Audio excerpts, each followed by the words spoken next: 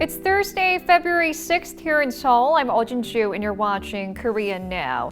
The number of confirmed cases of the novel coronavirus and deaths resulting from it is on the rise worldwide. But today we start with some positive news regarding the outbreak. A South Korean man in his 50s who was the second to be confirmed with coronavirus in the country was discharged from hospital on Wednesday after fully recovering from the disease.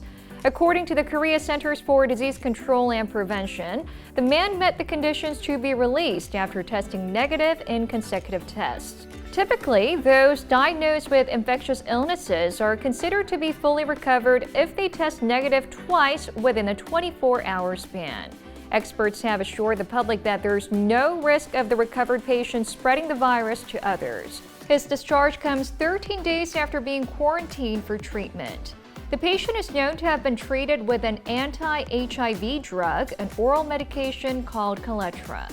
Big Hit Entertainment, the label behind K-pop superstars BTS, has posted record sales, nearly double that of the previous year in 2019.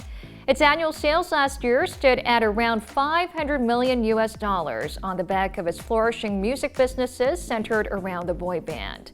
Its 2019 operating income jumped to an estimated $82.5 million from $67.5 million recorded the year before.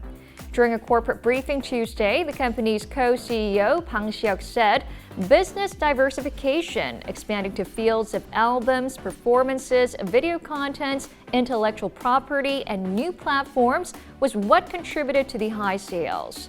Big Hit also unveiled its plans for the years to come, including the debut of 3 new K-pop groups over the next 3 years. There was no mention of North Korea in U.S. President Donald Trump's State of the Union speech on Tuesday. This is Trump's third State of the Union address, but it's the first time that the North has been missing from it. It suggests that President Trump has other priorities amid the impeachment trial, which eventually ended with his acquittal, and the re-election campaign.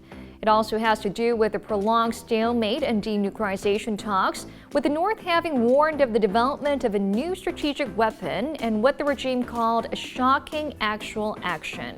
Trump recently said he was not in a rush to force North Korea to abandon its nuclear program, and especially with the re-election season getting underway, analysts say he would rather take a patient approach, keeping an eye on the situation in the North. And those were the top headlines for today. You can always check the full-length articles on our official website. And don't forget to subscribe to Korea Now for your daily news feed.